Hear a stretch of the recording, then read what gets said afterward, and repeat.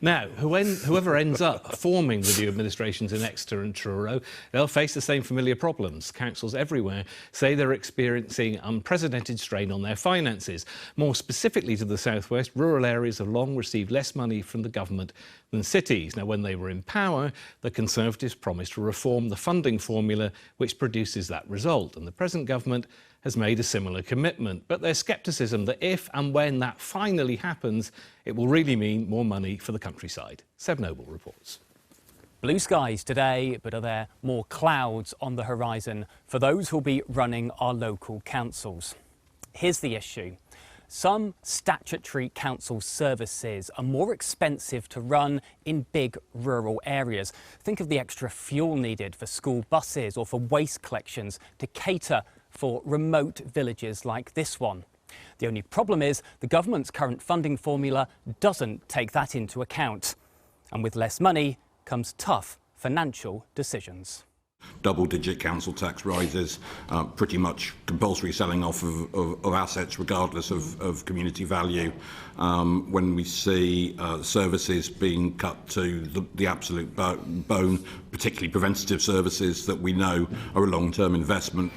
Cornwall councils long argued for fairer funding, but it lost money when the government removed the Rural Services Delivery Grant. Labour argued it was outdated and it had repurposed the money to areas most in need.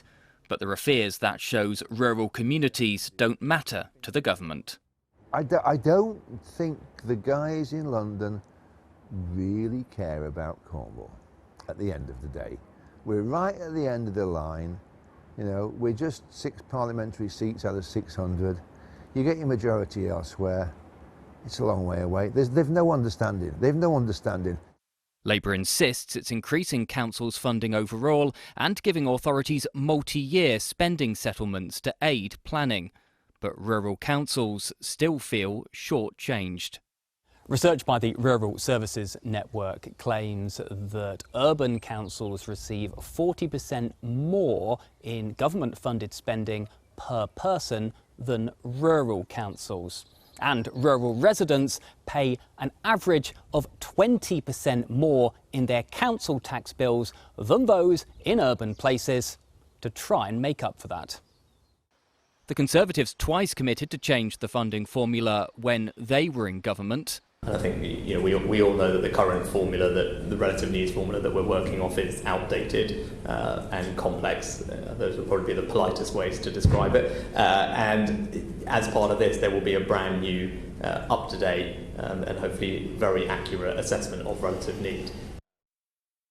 But that never happened, and Labour's now promising its own review. We have the spending review coming up on the 11th of June, and that will be a very, very important moment for Cornwall. Departmental budgets will be allocated from the Treasury, and it's a real opportunity for us to push for a fairer settlement for Cornwall that recognises so many of the fairly unique challenges that we have down here, and to make sure that settlement recognises those additional pressures that are quite different from other parts of the country and need to be recognised in that settlement. The question now is what shape changes to the funding formula will take, and is the loss of the Rural Services Delivery Grant a sign of things to come? After the electoral highs of this week, are familiar funding woes for those in power now waiting downstream?